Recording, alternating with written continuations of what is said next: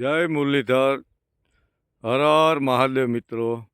મિત્રો, આપણે ખેડૂતોને જેને આતુરતાની રાહ હોય તો આપણે સફેદ સોનુંનું આગમન થઈ ચૂક્યું છે.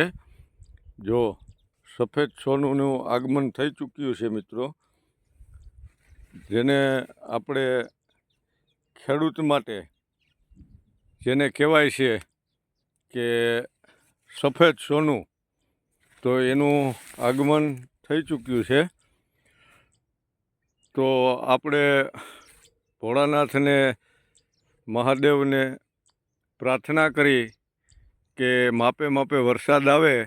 તો ઘણા મિત્રોનું અત્યારે બગડતું પણ હોય, તો ભગવાન બધાને રાખી દે કે જેથી કરી કોઈ ખેડૂતને નુકસાની ના આવે. અને ખેડૂતને નુકસાની એક ખેડૂત જ સમજી શકે કે કઈ રીતે એને વરસાદી વાતાવરણ છે મિત્રો.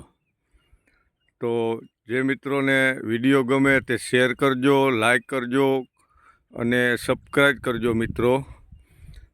તો મુરલીધરના ચરણોમાં પ્રાર્થના કે હે મુરલીધર, બધા ખેડૂતોને ધ્યાન રાખજે મારા વાલા. જેટલું તું દેશ એટલું જ અમારી પાછે આવક થશે.